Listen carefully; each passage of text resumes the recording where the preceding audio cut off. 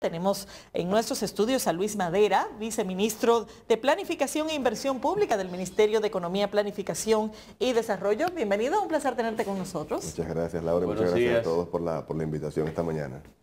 Hay desde el gobierno se planifica y se está haciendo, ¿verdad?, el monitoreo de las distintas instituciones que nació como una forma de transparentar las cosas y de motivar que las diferentes instituciones hagan las cosas con transparencia, con eficiencia. ¿Cuáles son las instituciones que en estos momentos están mejor ranqueadas en ese monitoreo? Digamos que primero explicar a las personas de dónde viene ese proceso, como usted bien dice.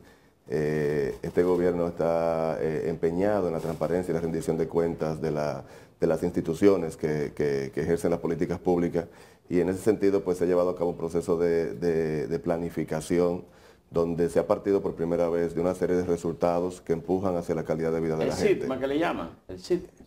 El SISMAP es un sistema dentro del sistema de planificación, efectivamente. Entonces se ha partido de esa lógica de calidad de vida, de indicadores de generación de calidad de vida, y se han identificado 32 políticas que son a las cuales le damos seguimiento. 30 políticas. En el informe hay 30, pero son 32. En el plan plurianual en general hay 32. Exactamente, ¿qué implica el monitoreo? Para que la gente lo El monitoreo, por eso decía, el monitoreo comienza con identificar esos resultados que queremos lograr en la población, en términos de disminución de pobreza, en términos de empleo, en términos de salud, de educación y demás. Lo primero es proponerse objetivos específicos. Proponerse objetivos específicos y luego entonces medir la distancia en la que estamos, digamos, hacia cada una de esos Dentro de esas resultados. 30 políticas públicas activas, ¿pudiera mencionar las principales que ustedes tienen como objetivo? Obviamente, la primera política principal es la de la política de empleo. Asociado a la política de empleo está la política de formación superior, la de educación también, y los principales sectores productivos. Por otro lado está todo el tema de salud, está el tema de educación, y digamos que ahí están las principales de esas 32 políticas. Según el informe, hay 19 de esas 32 políticas que han alcanzado al menos un 60% de los resultados que se tienen planteados, y que es quizás el resultado principal que debemos comentar en ese sentido. Y de esas, igualmente, el informe dice que hay 11 que quedaron por debajo del 60% de cumplimiento. Así es. ¿Cuáles son esas 11? Hay algunas en las que tenemos bastantes desafíos. Hay políticas, por ejemplo, que el informe tiene tres medidas. Tiene el índice de progreso de la política en sí, ¿verdad?, que es la que mide a qué nivel estamos de progreso de la meta que nos planteamos. Todas tienen progresos. Aún la que esté más por debajo del 60%, también tienen un progreso de un 50-60%, porque lo que medimos fue a qué nivel estábamos cuando comenzamos como línea de base contra la meta que se alcanzó. Tú tienes, por ejemplo, políticas que han sido más impactadas por todo el tema de la crisis de la pandemia, como es la educación superior, que tiene indicadores importantes como el nivel de empleabilidad de los jóvenes que salen de las universidades o la propia tasa neta de matriculación. Mientras que en educación preuniversitaria la matriculación regresó a los niveles que prepandemia. En la parte de educación superior todavía no se logra regresar a la matrícula prepandemia, que son políticas que obviamente no dependen solamente del gobierno, porque en educación superior obviamente el Estado es regulador de la educación, más digamos, son las universidades privadas las que ofrecen la información, pero todavía no llegamos. Teníamos una tasa de un 23% antes de la pandemia, ahora mismo bajamos a un 20% durante la pandemia y estamos ahora en un 21.7%. Entonces todavía no llegamos al nivel en que esa estábamos política antes. Una precisión, Camilo, perdón. Cuando se habla de que hay políticas que están en un 60%, ¿esas son metas del año o tienen un periodo más largo? Es decir, cuando ustedes dan seguimiento y dicen que se cumplió en un 60%, ¿es con respecto a la ejecución de este año? Con respecto al 2022. Es la ejecución a diciembre de 2021 con respecto a las metas de 2022. Con los indicadores que se fijaron. Con los indicadores que se fijaron. Y cuando esas metas no se han cumplido, ¿han identificado ustedes, bueno, usted mencionaba ahora lo de la pandemia, que afecta a la educación superior, y hay que suponer que en el caso de la educación no es dinero, porque ahora tenemos la crisis de la abundancia, tenemos dinero. Pero en las otras áreas, ¿es problema de gerencia ¿Es problema de recursos o es una combinación de ambas cosas? Yo creo que en general, si uno mira, lo principal es el tema del impacto todavía de las crisis que tenemos. Porque reitero que ha habido avances en cada una de las políticas, lo que en algunas no hemos llegado todavía a la época, digamos, pre-pandemia. Y creo que por ahí va, creo que las principales causas de algunos de esos temas que todavía no llegamos a alcanzar. Esas políticas públicas que se han definido y que se están aplicando, han tocado la pobreza, han podido lograr reducir en algo a la pobreza. ¿Cuál es, cómo se encontró y hacia dónde se ha reducido? Sí, claro. Como sabemos, en el año de pandemia, ¿verdad?, la pobreza se disparó bastante, se aumentó, no tanto como hubiera aumentado si no hubiéramos tenido los programas que se implementaron, ¿verdad? Pero ya ha venido bajando, va llegando ya a niveles de 23% más o menos, que eran niveles bastante parecidos a los que teníamos ya antes de la pandemia. Eso viene impactado primero por los programas sociales y luego, evidentemente, por la recuperación del empleo, que ya hace un tiempo que recuperamos el empleo que teníamos antes de la pandemia, y ahora entonces ya miramos hacia el tema de la formalización de ese empleo. Yo creo que para lo principal que sirve este informe es para tomar medidas para el año ya 2023. Es hacia a lo que trabajamos. Ese informe se le presenta a las instituciones para poder trabajar ahora en un plan de acción para el año 2023, que es probablemente el primer año en que podemos trabajar, basado principalmente en esa planificación, ya no recuperando, digamos, necesariamente los valores anteriores, sino trabajando en darle calidad a esos datos y a esas políticas que estamos... Y ayúdanos a entender algo, porque como normalmente han históricamente ocurrido las cosas, es que el Ministerio de Economía, Planificación y Desarrollo establece unos indicadores muy interesantes a través de unas políticas y unos objetivos muy bien ponderados, y luego las instituciones terminan haciendo lo que les da la gana. ¿Cómo ha mejorado o qué se está haciendo para mejorar la coordinación entre el Ministerio y estas políticas y esos objetivos y lo que efectivamente hacen cada una de las carteras que están a cargo de la implementación de estas políticas? Eso es una muy buena pregunta. Hemos caminado, digamos, durante estos 2 años en pos de eso. Podemos mencionarte 4 cosas. Una, la articulación entre los entes rectores, digamos, del sector. Presidencia, Ministerio de Economía, Planificación y Desarrollo, Hacienda y Ministerio de Administración Pública. Lo que ha permitido que como rectores pues tracemos las mismas pautas a las instituciones. Eso es un elemento. Eso incluye temas que antes eran muy difíciles de lograr, que era como la articulación de la planificación y el presupuesto. Esa disociación comenzaba justamente en la asignación presupuestaria, que iba a veces disasociada de los objetivos de la planificación. Ahora se ha logrado esa articulación entre la Dirección de Presupuesto y nosotros, y al momento de planificar y al momento de ir a presupuestar se está apuntando hacia las mismas metas. Hemos identificado los mismos programas protegidos y los mismos programas orientados a resultados. Luego, eso entonces conlleva unas mesas de seguimiento. Hemos identificado 12 mesas de seguimiento de políticas, no de instituciones, porque en una mesa de una política pueden ir 8, 9, 10 instituciones. Y en esas mesas trimestrales de seguimiento, entonces se le va dando seguimiento a cada uno de esos indicadores. Esos indicadores que están en ese informe, las instituciones lo conocen hace tiempo, porque es sobre ellos que vamos trabajando cada 3 meses y tomando medidas, tomando pautas. Por ejemplo, que nos hemos dado cuenta de que en temas como el trabajo con la juventud y el empleo, por ejemplo, históricamente se ha hecho muchas cosas, pero en territorios distintos. Entonces tú llevas programas, por ejemplo, de reinserción social y laboral de los jóvenes que están ya, digamos, fuera del sistema, jóvenes que están ya consumiendo drogas, jóvenes que están ya quizá en temas delictivos. Entonces lo trabajan en un territorio. Y luego los programas de primer empleo juvenil en otros territorios. Entonces no puedes conectar las políticas, y el esfuerzo que hemos hecho desde el Ministerio y desde los rectores es justamente articular esas políticas.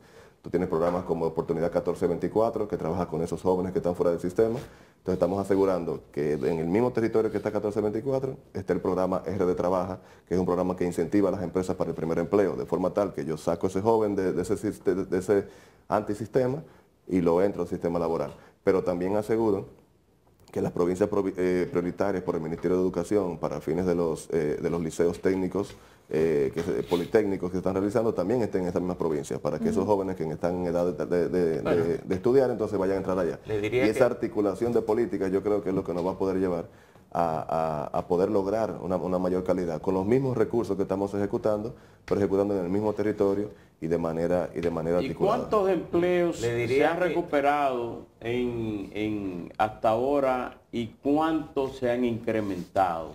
Si contamos a partir del momento, digamos, de la pandemia, pues se recuperaron por un lado los 400.000 y pico de empleos que fueron los que la pérdida, digamos, mayor en el momento pico de la pandemia, y usando las fuentes de la encuesta nacional de fuerza de trabajo y la fuente de la Tesorería de la Seguridad Social, ya estamos en la recuperación a partir de ahí de unos 50, 60.000 empleos más. Es decir, en general, digamos que podemos decir que se han creado durante el periodo unos 400.000 y pico de empleos. Obviamente, hay muchos de ellos que son de los que regresan al empleo a partir de la pandemia. Y es ahora en 2023 que se va a arreciar mucho más esa política con el Plan Nacional de Empleo, donde unimos los sectores productivos, que son los que tienen que trazar la pauta de hacia dónde va ese crecimiento para poder generar demanda de empleo.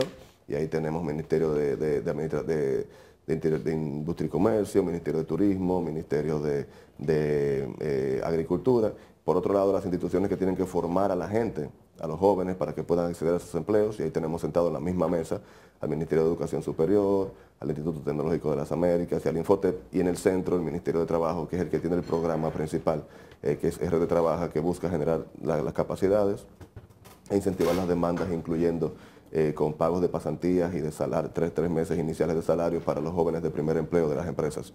Entonces, con los datos que tenemos, con la interacción en el mismo territorio de esas instituciones, con los mismos programas, entonces es la fórmula hacia lograr aumentar mucho más rápidamente ese empleo. Madera, así como usted lo presenta, luce bien. Yo pensé que usted le iba a responder a Laura.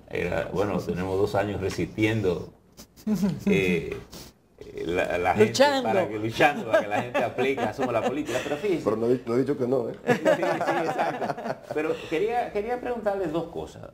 Primero, en el tema de la lucha contra la pobreza, el gobierno se ha inclinado mucho por la política del asistencialismo, así, dando ayuda, ayudando gente.